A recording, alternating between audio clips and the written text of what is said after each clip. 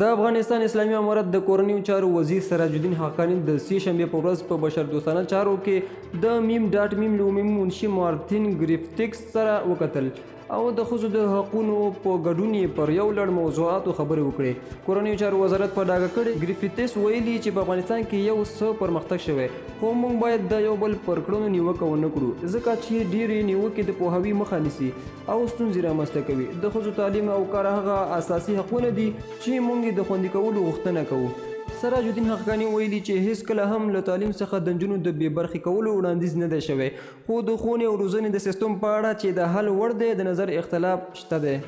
د کورنیو چارو وزیر وایي د تعلیم او تحصیل په مسله کې د دایمي محرومیت بحث مطرح نه دی.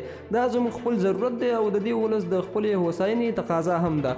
هغه دا هم ویلي ټول افغانان باید کار وکړي چې افغانستان پر ځان بسیا شي او د دې کار یوه لاره د زده کړې له لارې ده. نوموړی وایي چې له څو لسیزو وروسته په افغانستان کې یو متحد او خپلواک دولت رامنځته شوی دی او امنیت هم ټینګ دی.